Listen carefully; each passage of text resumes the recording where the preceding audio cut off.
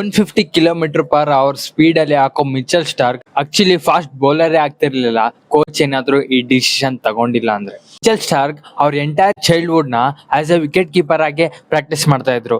But ಯಾವಾಗ ಅವರು 14 years ಗೆ ರೀಚ್ ಆಗ್ತಾರೆ, ಅವ್ರ ಜೂನಿಯರ್ ಕೋಚ್ ಆದ ನೈಲ್ ಡಿ ಕೋಸ್ಟಾ ಅವರು ಮಿಚೆಲ್ ಸ್ಟಾರ್ಕ್ ಗೆ ಹೇಳ್ತಾರೆ, ನೀನು ಗ್ಲೌಸ್ ಎಲ್ಲ ಸೈಡ್ ಇಟ್ಬಿಟ್ಟು ಒಂದ್ಸಲ ಬಂದ್ ಬೌಲಿಂಗ್ ಮಾಡು ಅಂತ ಮಿಚೆಲ್ ಸ್ಟಾರ್ಕ್ ಗೆ ಹೇಳ್ತಾರೆ. ಬಿಕಾಸ್ ಇವರು ತುಂಬಾ ಹೈಟ್ ಇರ್ತಾರೆ ಅಂಡ್ ಆಲ್ಸೋ ಮಿಚೆಲ್ ಸ್ಟಾರ್ಕ್ ಚಿಕ್ಕ ವಯಸ್ಸಲ್ಲೇ ಗ್ರೋತ್ ಜಾಸ್ತಿ ಆಗೋ ಫೀಚರ್ಸ್ ಕೂಡ ಹೊಂದಿರ್ತಾರೆ. ಐ ಮೀನ್ ಚಿಕ್ಕ ವಯಸ್ಸಲ್ಲೇ ಜಾಸ್ತಿ ಹೈಟ್ ಆಗ್ತಾ ಇರ್ತಾರೆ. ಅದಕ್ಕೋಸ್ಕರ ಅವ್ರ junior coach Naila the Costa ಇವರು ಫಾರ್ಮರ್ ಆಸ್ಟ್ರೇಲಿಯನ್ ಕ್ರಿಕೆಟರ್ ಆದ ಮೈಕಲ್ ಕ್ಲಾರ್ಕ್ ಕೂಡ ಇವರೇ ಕೋಚ್ ಮಾಡಿದ್ದಾರೆ ಅಲ್ಲಿ ಡೇಸ್ ಅಲ್ಲಿ. ಇವಾಗ ಮಿಚೆಲ್ ಸ್ಟಾರ್ಕ್ ನ ಕೋಚ್ ಮಿಚೆಲ್ ಸ್ಟಾರ್ಕ್ ಗೆ ಫಾಸ್ಟ್ ಬೌಲಿಂಗ್ ನ ಕಲಿಯಕ್ಕೆ ಪ್ರಾಕ್ಟೀಸ್ ಕೊಡ್ತಾರೋ ಅಲ್ಲಿಂದ ಆಗಿದ್ದು ರೆಸ್ಟ್ ಇಸ್ ಹಿಸ್ಟ್ರಿ. ಇಷ್ಟೊಂದು ವಿಕೆಟ್ ತೆಕ್ಕೊಳ್ಳಕ್ಕೆ ಇಷ್ಟೊಂದು ಫೈರಿನೆಸ್ ಅವರಲ್ಲಿ ಇದೆ ಅನ್ನೋದಕ್ಕೆ ಕಾರಣನೇ ಅವ್ರ ಕೋಚ್.